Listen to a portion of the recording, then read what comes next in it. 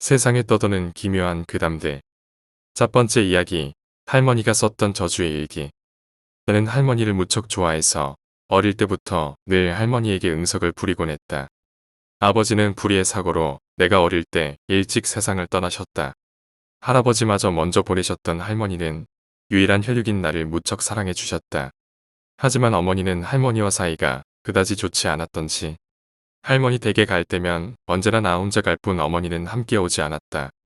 나는 매주 일요일 오전마다 할머니와 함께 신사에 참배를 가곤 했다.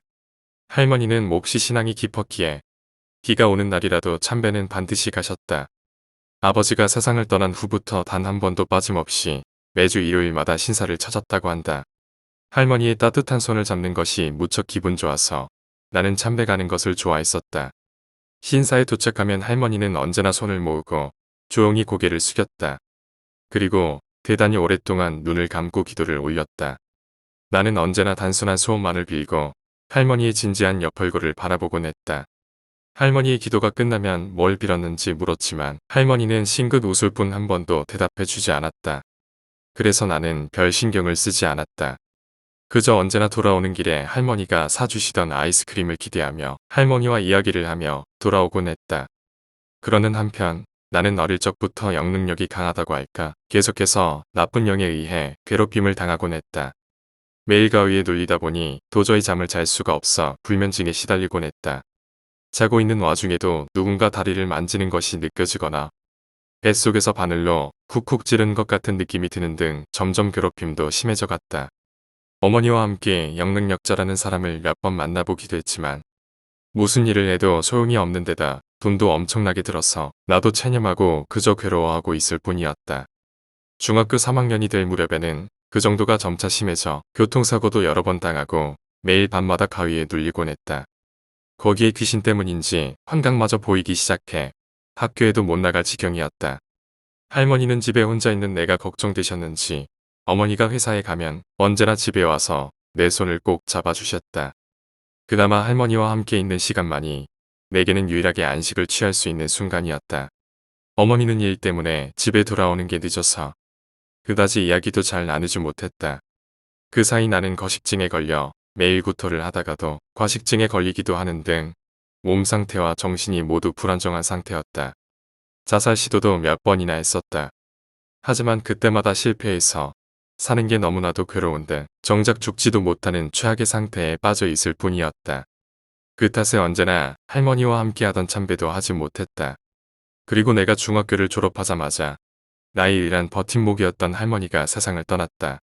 나는 펑펑 울었고 한동안 할머니 방에 틀어박혀서 할머니의 옷이나 이불을 꼭 끌어안고 눈물만 흘리고 있었다.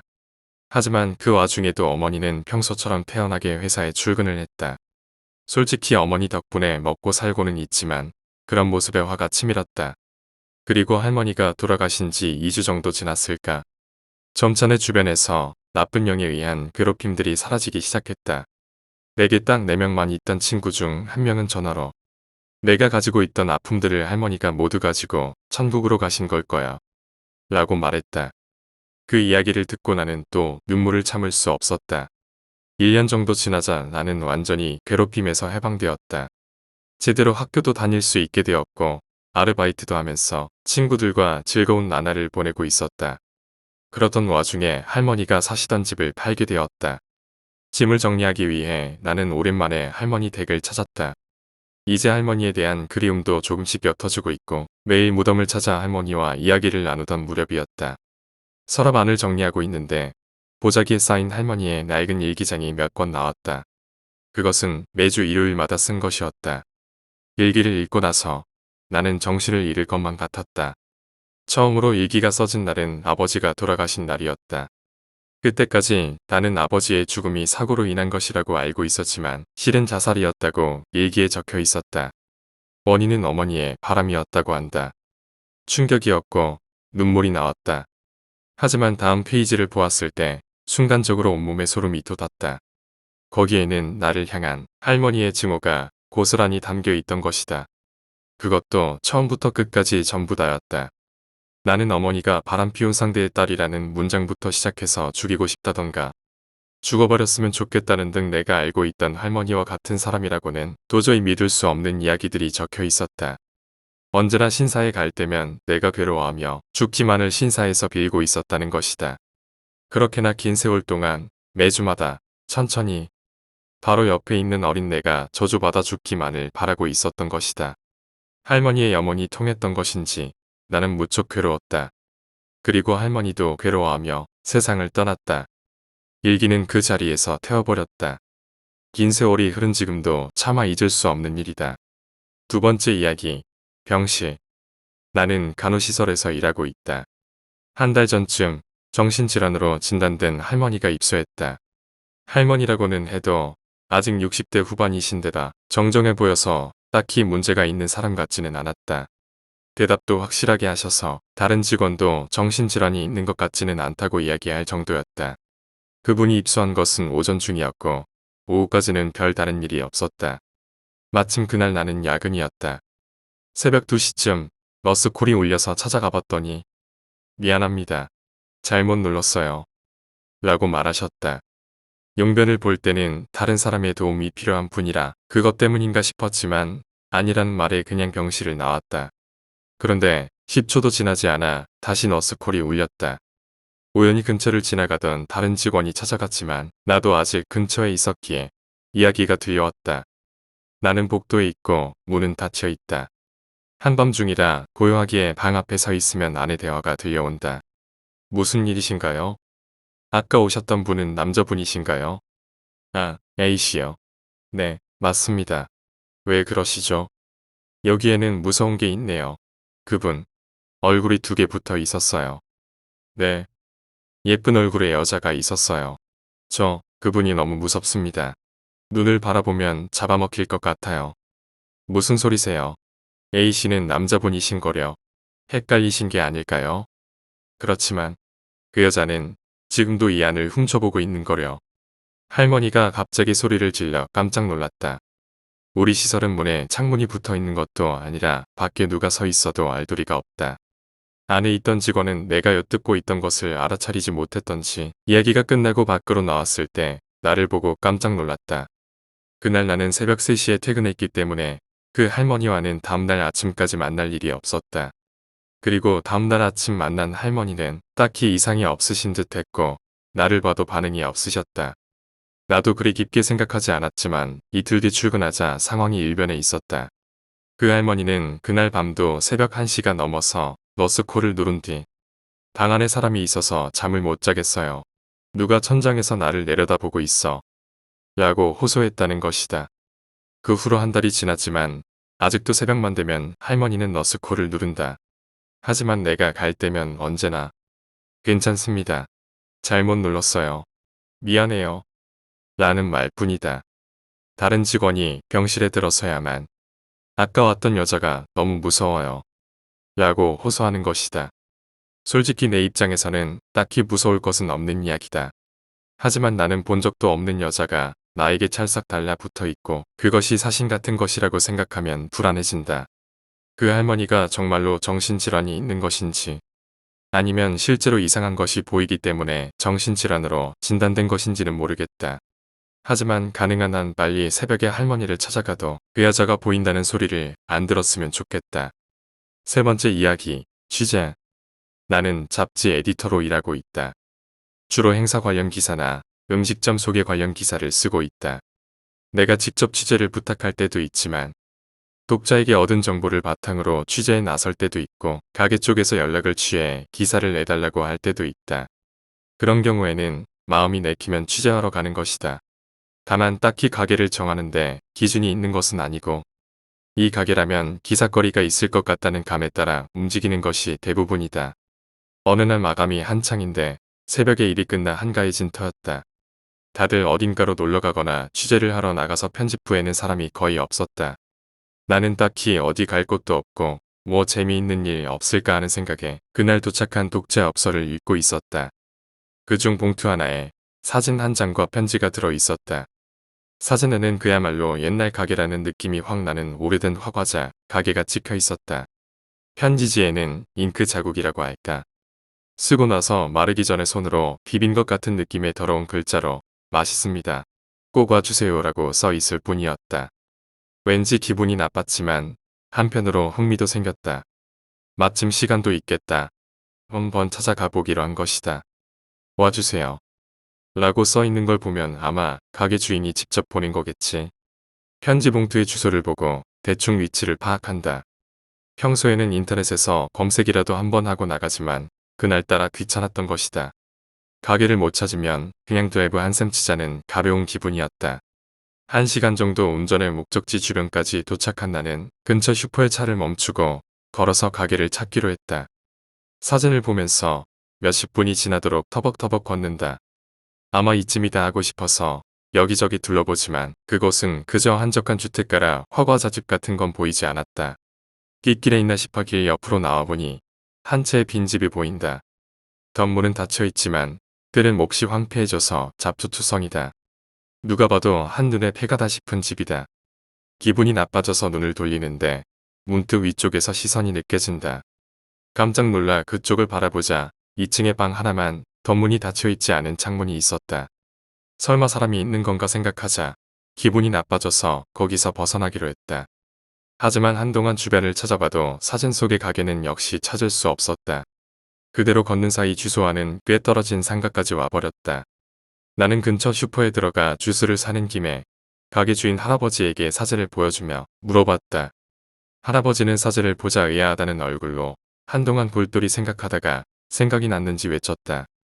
아, 이거 A씨잖아. 그런데 당신은 이 사진을 어디서 난 거요? 아, 저는 잡지 기자랍니다. 그래서 그 가게를 취재하고 싶어서요. 사진은 그 가게에서 보내줬어요. 응? 그게 무슨 소리요? 이 가게 10년 전에 불이 나서 타버렸는데. 네. 그럼 가게 주인분은? 내 애가 모두 그때 사고로 불에 타 죽었어. 그래서 지금 그 자리는 어떻게 됐나요? 그 후에 새로 집을 지어서 누가 이사를 왔었지만 얼마 지나지 않아서 이사를 가버려서 지금은 빈집이요. 그나저나 누가 보낸 건지는 모르지만 참 못된 장난을 쳤네. 빈집. 아까 그 집일까? 시선을 느낀 것도 있고 무서웠기에 나는 굳이 확인하지 않았다. 할아버지에게 감사 인사를 하고 그대로 편집부로 돌아왔다. 편집장에게 경위를 이야기하고 그 편지 봉투를 보여주려고 가방 안을 뒤졌지만 아무리 찾아도 없다. 어디 떨어뜨렸나 봅니다. 차에 있나? 찾아보고 올게요. 라고 말하고 가르는데 그거 아마 찾아도 없을 거야. 라면서 편집장이 만류한다. 5, 6년 전인가 내가 신입일 때 똑같은 일이 있었어. 취재를 간 건 내가 아니라 내 선배였지만. 아, 그럴까? 어느 분이 가셨었나요? 아니, 자네는 모르는 분이야. 취재하러 갔다가 돌아오지 못하셨거든. S마을 화과자집 취재 다녀올게요 라면서 나간 후에 말이지. 그 당시에는 꽤 큰 난리가 났었지. 차를 탄 채 그대로 사라졌으니까. 그 후 선배도 차도 결국 발견되지 않았어. 나는 선배가 가기 전에 봉투랑 편지를 다 봤었지만 내가 말한 거랑 거의 비슷했어. 혹시 장난일지도 모르지만 더 알아보기에는 예감이 너무 안 좋아. 그 후 차 안을 찾아봤지만 그 봉투는 발견되지 않았다. 누가 그 봉투를 보냈는지, 왜 그 선배가 사라졌는지, 왜 나에게 그런 편지가 왔는지.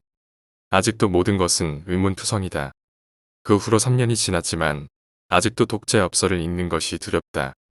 네 번째 이야기, 벚꽃 필 무렵의 추억. 벚꽃이 필 무렵이 되면 추억이 떠오른다.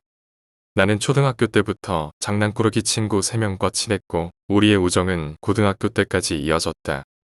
A, B, 시원아. 그리고 또 한 명, 역시 초등학교 때부터 친구였던 사쿠라라는 여자아이가 있었다. 사쿠라는 우리들 사이에서 떠받들어질 정도의 존재는 아니었지만 딱히 따로 친한 여자아이가 있던 것도 아닌데다. 그녀는 꽤 귀엽고 사랑스러웠던 탓에 다들 사귀고 싶다. 라는 생각을 하면서도 서로 그 감정을 숨기고 있었다. 그런 답답하지만 돌아보면 그리운 관계를 이어가고 있었다. 그러는 사이 고등학교 3학년 여름에 우리 5명은 축제가 끝난 뒤 술을 사서 근처 공원에서 마시게 되었다.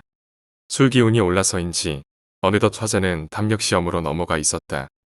근처 숲속에는 무덤이 있었고 그 무덤 앞에서 합장을 하면 무서운 꼴을 한 여자가 나타난다는 것이었다.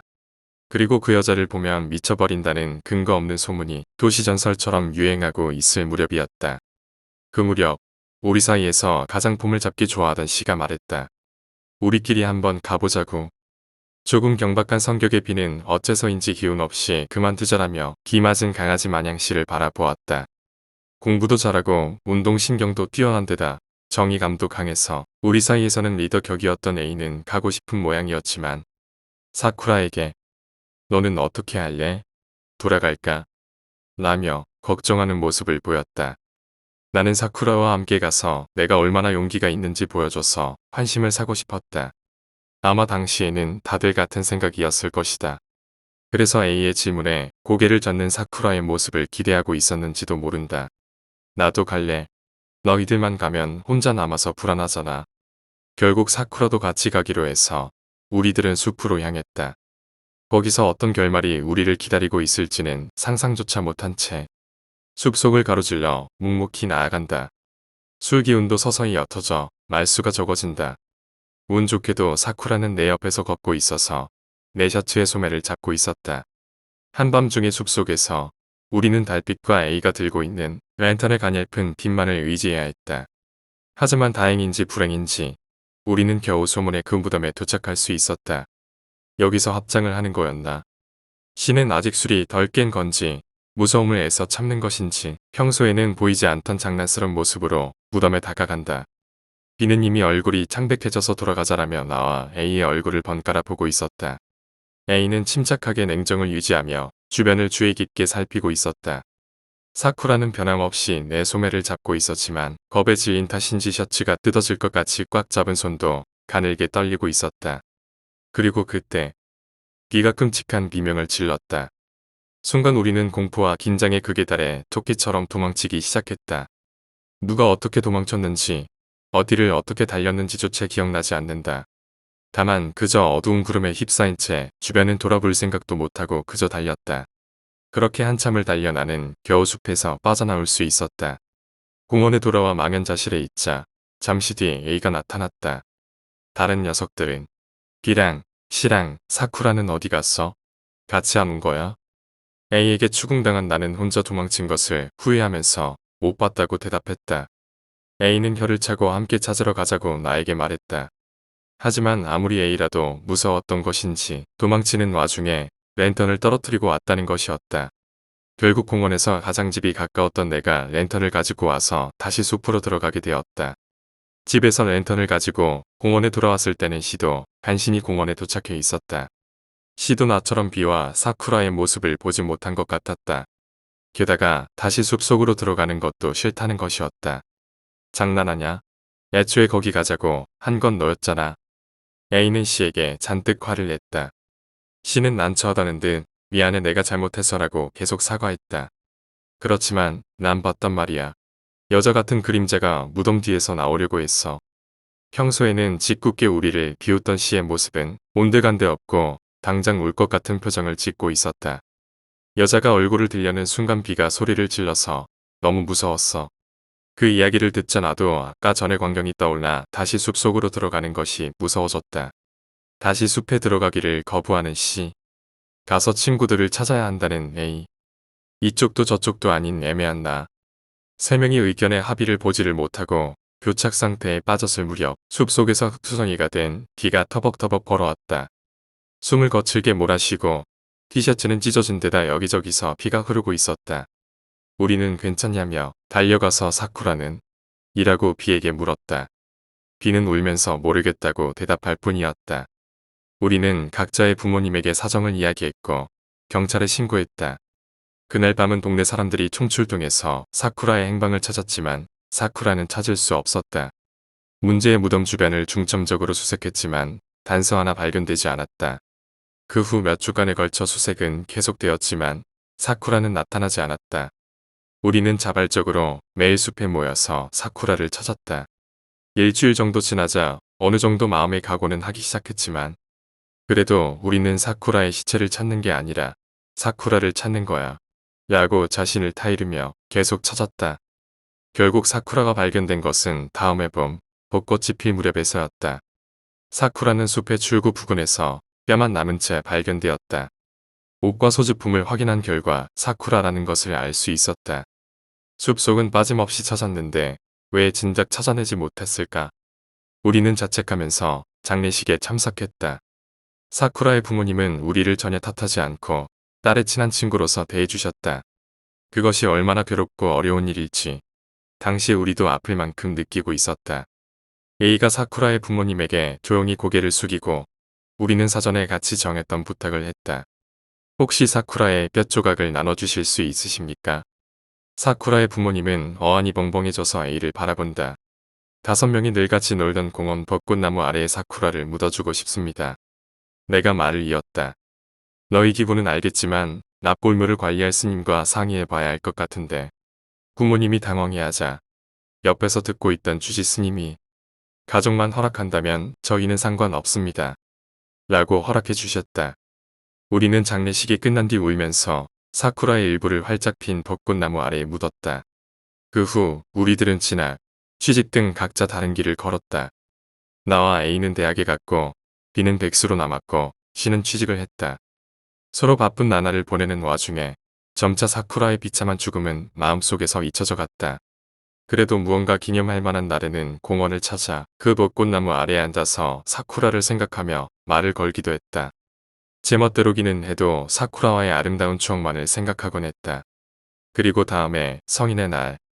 오랜만에 4명이 다 모여서 포장마차에서 술잔을 기울이며 옛 얘기로 꽃을 피우고 있었다. 슬슬 취기가 올라온 무렵 C가 갑작스럽게 말을 꺼냈다. 우리 사쿠라 만나러 갈까? A는 예민하게 반응했다. 너, 젤도 그런 소리를. 당황해서 C가 해명한다. 아니, 공원에 가보자는 거야. B는 그때처럼 여전히 내켜하지 않았다. 유령이라도 돼서 나오면 어떡해. 라며 무서워하고 있었다. C는 B의 등을 두드리며 야, 사쿠라라면 귀신이라도 만나고 싶다. 라고 웃었다. C 나름대로 그 사건을 추모하고 싶어하는 거라고 여긴 나와 A는 같이 공원에 가기로 했다. 4명이 다 같이 공원에 온 것은 사쿠라를 묻은 그날 이후 처음이었다. 밤바람은 술로 데워진 몸을 가차없이 식힌다. 벚꽃나무 아래는 무척 추워서 아직 봄은 멀었다는 생각만 든다. 사쿠라, 만나고 싶다. C가 중얼거렸다. 어릴 때부터 계속 좋아했었는데. 이어진 말에 모두가 고개를 끄덕였다. 모두가 말하고 싶었었지만 끝내 말하지 못했던 말이었다. 나도야. 라고 A가 그리고 내가 말한다. 마지막으로 B가 말하고 우리는 누구 하나 먼저랄 것 없이 합장을 했다. 그리고 그 순간 그날처럼 B가 소리쳤다. 벚꽃나무 뒤에서 사쿠라가 그날 그 모습 그대로 천천히 나타난 것이었다. 그날과 다른 것은 분노에 가득 찬 표정과 몸 전체에 가득한 상처들. 그리고 다리 사이에서 배어나오는 혈흔이었다. 사쿠라는 천천히 우리들에게 그 중에서도 B에게 다가간다. B는 깜짝 놀라 기겁한 것인지 입에 거품을 물고 있었다. 나와 A, C는 가위에 눌린 것 마냥 그 자리에서 움직이지 못하고 있었다. 용서해줘. 용서해줘. B는 벌벌 떨면서 새된 목소리로 소리쳤다. 사쿠라는 B의 눈 앞까지 다가가더니 이 속에 비집고 들어가듯 쓱 사라졌다. 순간 B가 무서운 기세로 구토를 시작했다. 바닥에 무릎을 꿇고 엎드려 토한다. 피도 섞여 나오고 있었다. 다 토하고 나자 이번에는 말도 안 되는 모습으로 입을 움직이기 시작했다. B의 입안에서 피와 살점이 흘러나왔다. 그것이 혀와 입안을 씹어 뱉고 있다는 것을 알아차릴 무렵 B의 몸이 경련하기 시작했다. 그리고 신음소리를 내며 흰자를 치켜떴다.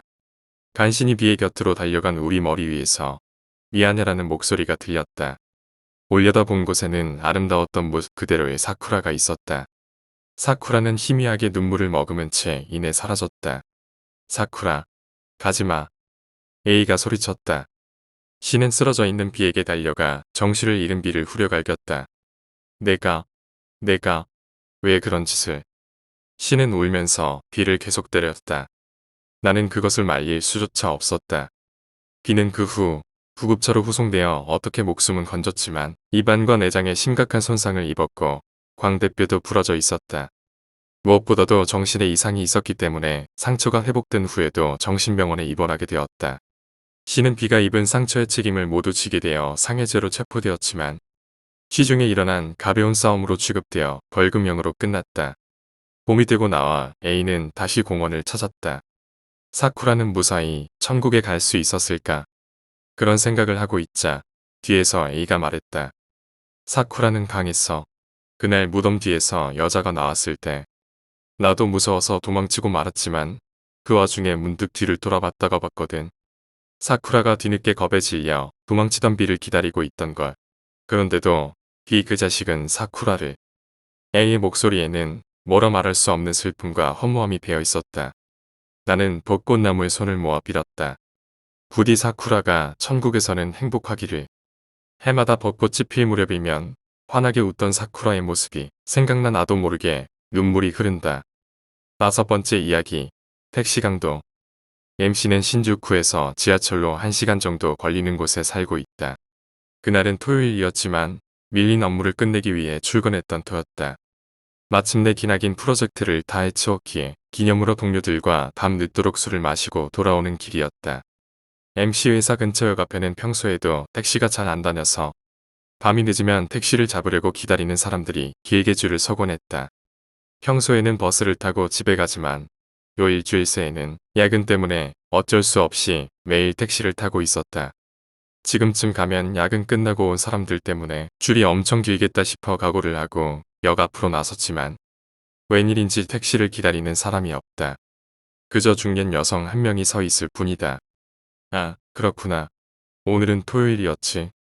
다행이라 여기며 택시 승강장으로 향하는데 뒤에서 계단을 달려 내려오는 발소리가 들린다. 그러더니 웬 샐러리맨이 뛰어와 MC를 추월해서 중년 여자 뒤로 기어들었다.